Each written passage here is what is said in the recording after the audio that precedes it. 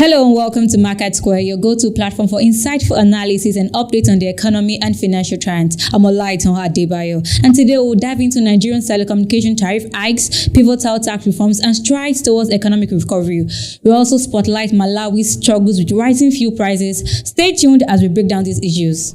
Welcome back to MarketSquare. Let's dive into the first headline. After years of requests, the Nigerian telecommunications sector is finally receiving the tariff hike that service providers have long sought for. The Nigerian Communications Commission has approved a 50% increase in telecommunication tariff. This decision has been met with mixed reactions from various stakeholders.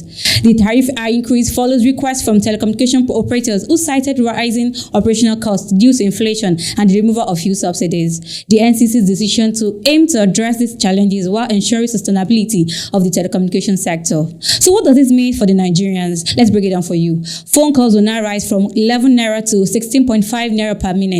Text messages will now cost 6 naira, up from 4 naira. The cost of mobile data will jump from 287.5 naira to 431.25 naira. While this may seem like a necessary step for telecommunication providers, the price hike comes at a time when many Nigerians are already grappling with the inflation and the rising cost of living. This increase is bound to have a significant impact, particularly for everyday consumers. For the average Nigerian, this could stretch monthly budgets and put additional pressure on already tight finances. With over 200 million mobile subscribers in the country, these hikes could ripple across the economy, affecting everything from consumer spending to business operations.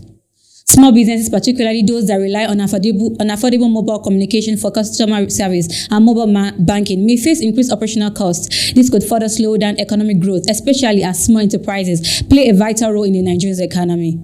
The price increase is also likely to have an impact on digital accessibility. Many Nigerians depend on mobile phones for more than just communication. Many depend on it for education, remote work, and e-commerce are increasingly reliant on mobile services. Higher data costs could limit access to these essential services, further deepening the digital divide in the economy. While some consumers will switch to using platforms like WhatsApp for calls and messaging, those without smartphones will be left without even fewer options. This hike in mobile service could reduce digital access for a significant portion of the population, further isolating underserved communities. But despite these potential challenges, the tariff increase is not without its own benefit for the broader economy. The telecommunication sector is a crucial part of the economy of the Nigerian digital economy. This tariff adjustment could help sustain the industry by improving service quality and enabling more investment into infrastructure. A more sustainable telecommunication industry can foster innovation, attract foreign investment, and contribute to the overall economic growth. This increased tariff can also create room for telecommunication operators to invest in better infrastructure, improve connectivity, and enhance digital services for both consumers and businesses. The government is also aiming to strengthen Nigeria's digital infrastructure, which is essential for achieving its broader economic goals.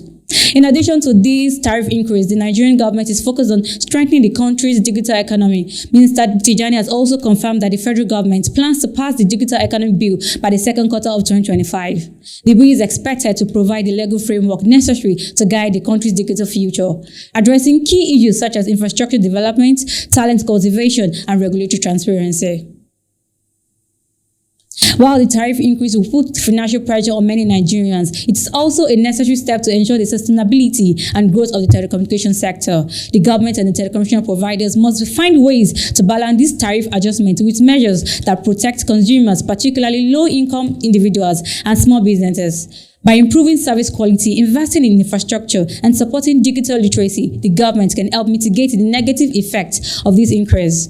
As Nigerians continue to position itself as a digital leader in Africa, the future of the telecommunication sector remains a key component of its economic growth strategy. Now to the second headline. In a recent announcement, Taiwo Oyedele, the chairman of the Presidential Committee on Fiscal Policy and Tax Reforms, revealed that the National Assembly is set to pass several critical tax bills in March. This move is part of the government's broader strategy to enhance revenue generation and streamline the tax system.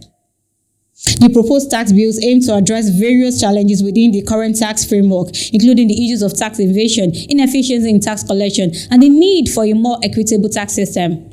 By passing these bills, the government hopes to create a more robust and transparent tax environment that will support economic growth and development. Among the key components of the proposed tax reforms are 4 major bills: the Nigerian tax bills, the Tax Administration Bill, the Joint Revenue Board Establishment Bill, and the bill to repeal the Federal Inland Revenue Services Act and replace it with the Nigerian Revenue Service. These bills are designed to modernize Nigeria's tax system, improve compliance, and ensure a more equitable distribution of revenue. The passage of these bills is seen as a crucial step towards achieving the government's fiscal policy objectives and ensuring sustainable economic development. As the National Assembly prepares to deliberate on these bills, stakeholders from various sectors are closely monitoring these developments and their potential impact on the economy. Nigeria's economy is making significant strides in recovery and growth, according to the Honorable Minister of Finance and Coordinating Minister of the Economy, Wale Edun. During the 2025 budget defense session before the Senate Committee on Finance, he highlighted the key reforms driving the nation's fiscal transformation. Among the reforms are the liberalization of the foreign exchange markets, the deregulation of petroleum prices, and the expanded domestic refinery capacity. These bold measures are designed to stabilize the economy, eliminate inefficiency, and create a foundation for sustainable growth.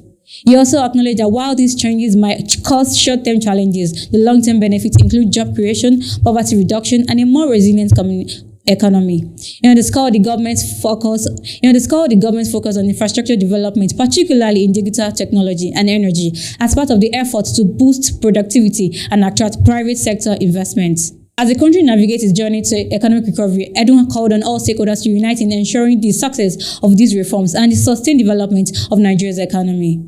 Now we'll move to the international news. Malawians are struggling as fuel price hits some of the highest levels in Africa, with petrol now costing $1.459 per litre. This harsh reality is taking a toll on households and businesses as the ripple effect of rising fuel costs send shockwaves through the economy. Data from the global petroleum prices ranks Malawi as the 4th most expensive fuel market on the continent, trailing only the Central African Republic, Senegal, Zimbabwe. Globally, the country ranks 48th for the petroleum prices and 36th for diesel, a staggering figure for a nation already battling with poverty. A foreign exchange shortage has further driven black market prices to unaffordable levels, escalating transport fares and pushing basic goods, including maize, out of reach for many families. As a landlocked country, high transportation costs and multiple fuel levels have worsened the situation. While the government has pledged to negotiate fuel supply agreements and address the crisis, citizens are losing patience, demanding urgent solutions to ease their struggles.